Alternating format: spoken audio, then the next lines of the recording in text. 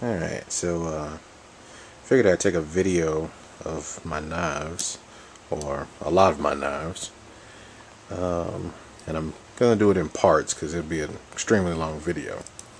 I think I'll start with different companies. First one I'll start with, I guess, will be Smith and Wesson. Smith and Wesson, of course, they're known for their guns, but they make some pretty good knives. This one, I'm not really going to say the names of any of the knives because I really don't know the name of all of the knives. But this one, I was looking around and I saw this. I just like the digital pattern on the handle, and it looks like a lot of the Smith and Wesson knives that I have already. It's got the Tonto point, partially serrated edge there. There's the Smith and Wesson branding on there, but man, it's pretty good. It's got a good grip to it. This grip is kind of rubberized. Doesn't slip very easily. It's an alright knife. The only problem with it is if I flick it out too hard, it'll lock into place. I have to use another knife to close it. It's another one here. It's some sort of tactical knife, but what I like about it is it's a wide blade knife, and a fan of wide blade knives. Same as the other one, pretty much, where it's Tonto point, partially serrated. It might as well be fully serrated because, this is the only non-serrated edge. It's a pretty good knife.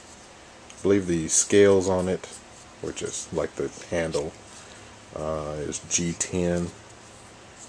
Doesn't slip very easily. It's got a good grip to it.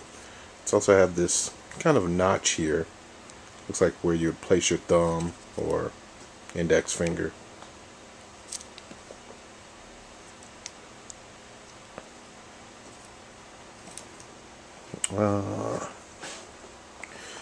This knife, I bought this one surfing around on the internet. I call it my vacation knife. I actually have two of these. One, when I go on vacation, I sent it to my girlfriend, and she lives in another state, so I sent her this one so that it'd be my carry knife for when I'm on vacation, or when I go to visit her. And it's got a good feel to it. The holes in the handle there. It's got a plasticky feel. It's kind of rough edge for non-slip. Same with the other ones, Tonto point, partially serrated. Alright.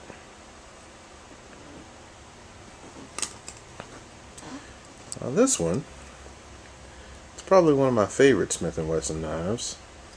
It's a small knife. It's not too big, and fits. I don't have like huge hands, but it fits in my hand. It's very little, but it's speed assist. Has a lock right there, and speed assist is basically when you get to a certain point in opening the blade, the spring will flick the blade out. So with this one, it's pretty good. I get to, as soon as I start to push it out, the blade starts to fling out. I was kind of holding it there so it didn't fly out, but it's pretty good. It's a short blade. Nothing too special. I think it's only like maybe 2.5 inches, something like that. Like most modern knives, you have a liner lock on it. It's got a clip. But yeah, it's a pretty good knife. I'll see if I can.